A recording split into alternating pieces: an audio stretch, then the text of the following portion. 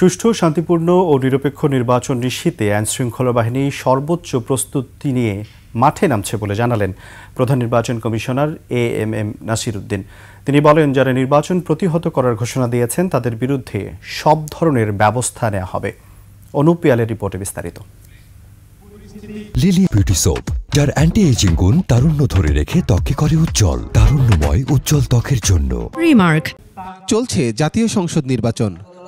আমি আবারও বলছি, আপনারা এখান থেকে সরে যান। কঠোর নিরাপত্তায় মাঠে রয়েছে প্রশাসন। না, আজ নির্বাচনের দিন নয়। বুধবার পিলখানায় বিজিবির ৫ ব্যাটালিয়ন মাঠে আয়োজিত নির্বাচন কেন্দ্রিক ডামি মহড়া এটি। আগামী ফেব্রুয়ারিতে ত্রয়োদশ সংসদ নির্বাচনে সারা দেশে বিজিবির ১২১০ প্লাটুন সদস্য নির্বাচনী দায়িত্ব পালন করবে। ভোট কেন্দ্রে কোনো ধরনের সমস্যা তৈরি হলে তা কিভাবে মোকাবিলা করবে তা নিয়েই চলে নির্বাচনী প্রশিক্ষণ ও মহড়া। মহড়া পরিদর্শন শেষে প্রধান নির্বাচন কমিশনার জানান, এ প্রশিক্ষণ নির্বাচন এবং আইনশৃঙ্খলা রক্ষায় প্রভাব ফেলবে। আমরা যে জাতিকে যে ওয়াদা দিয়েছি, আমরা এই যে একটা সুন্দর, সুষ্ঠু, নিরপেক্ষ নির্বাচন উপহার দেওয়ার জন্য আমরা সেটা ইনশাল্লাহ সবাই মিলে ইনশাল্লাহ অর্জন করব।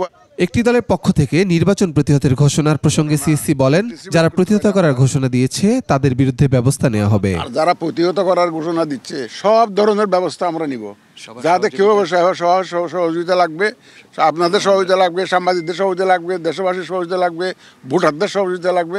নির্বাচন আস্তে আস্তে আইনশৃঙ্খলা পরিস্থিতি পুরোপুরি ঠিক হয়ে যাবে বলেও মনে করেন তিনি। ভোটের তারিখ আসতে আসতে দেখবেন যে everything is falling in line এবং সবকিছু ঠিক হয়ে যাবে। অনুপ পিয়াল, ২১ টেলিভিশন, ঢাকা।